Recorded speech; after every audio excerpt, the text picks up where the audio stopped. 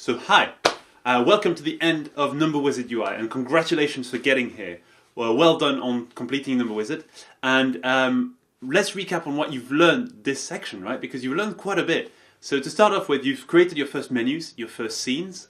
You've actually learned about how to load scenes via your scripts. You've also started learning about the user interface, creating your own buttons, creating your own text. You've dug into understanding the principles behind the user interface, how the canvas and the event system and the actual items relate to each other. So lots and lots of learning, and you've actually built a really valuable asset. Your menu system now is actually something we're going to take on and develop over the course of the course. And in the next video, we'll be reusing it and expanding it to do something else. So well done for getting this far, and hope you've enjoyed it.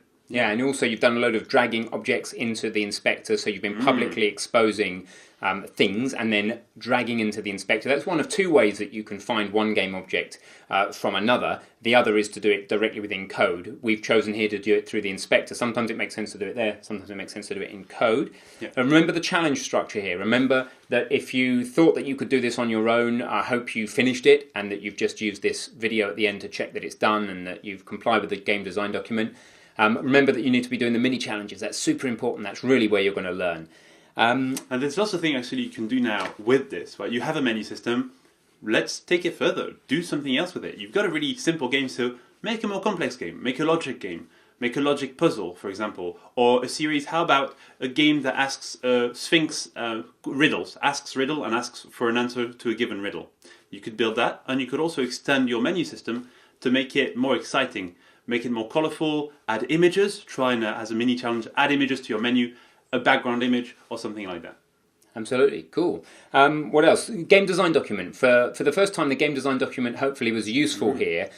We started to get just complicated enough that when I was coding it, I felt I needed to draw a little picture. So that's the idea with the game design document. I want you to start thinking away from it being something we give you that you follow, and more towards the idea that it's something you create for yourself while you're making the game, starting with just an outline and some sketches as to what the idea is, and then as you go, when you get to a bit you think, oh, this is a bit complex, how am I going to do it? That's when you draw yourself a sketch in the game design document. That's the purpose of that. It's a support. It's a live document to support you and help you as a game developer to build the product you really want. So, yeah. Absolutely. And that's it really. Again, if you have any technical issues, any questions, ask against the actual lecture on Udemy in the discussion and we'll be sure to answer.